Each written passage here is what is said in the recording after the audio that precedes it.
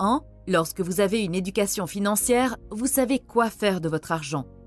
La raison pour laquelle la plupart des gens sont pauvres n'est pas qu'ils ne gagnent pas assez d'argent, c'est parce qu'ils ne savent pas quoi faire de leur argent.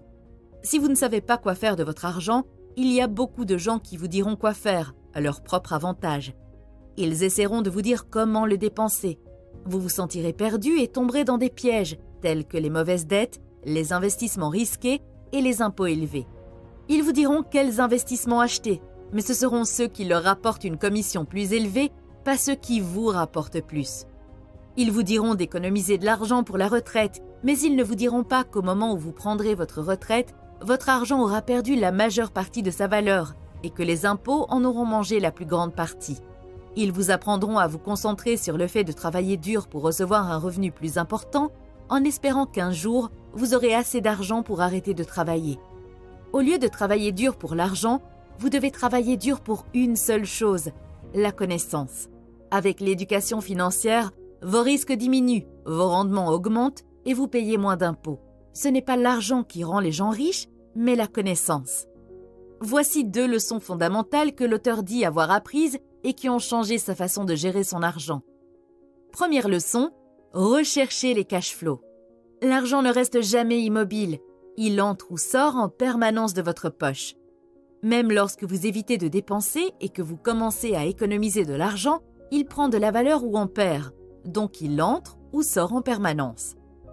Si vous avez travaillé dur, mais que la majeure partie de votre argent continue à sortir, c'est que vous faites quelque chose de mal. Une erreur courante consiste à privilégier les gains en capital par rapport au cash flow.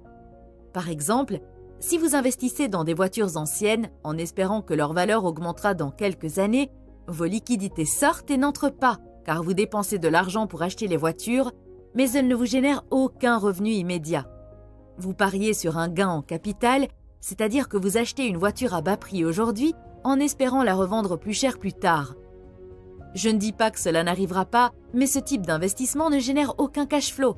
Les gains en capital peuvent être de bons investissements, mais vous devez toujours rechercher le cash flow avant les gains en capital.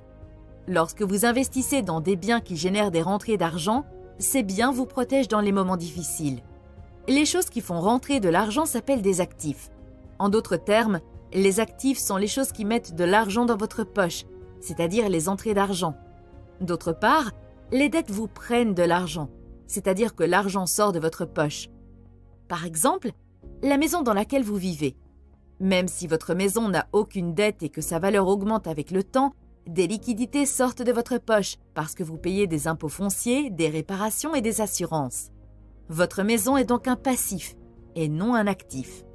Il existe 4 principaux types d'actifs ou classes d'actifs.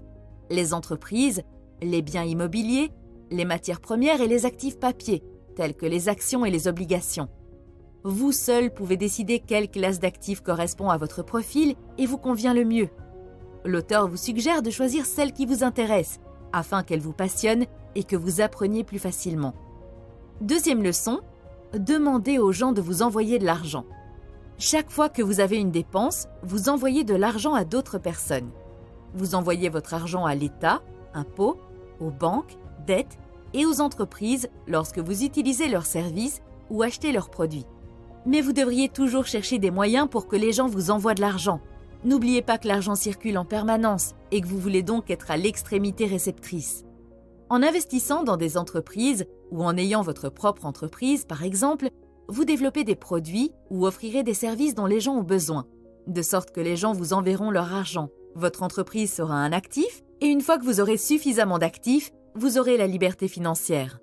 Vous n'aurez plus besoin d'avoir un emploi, vous n'aurez plus besoin d'investir dans la retraite et vous n'aurez plus à vous inquiéter des crises financières. Une fois que vous avez des rentrées d'argent, vous pouvez décider comment les dépenser. Voyager, acheter des obligations, c'est votre choix.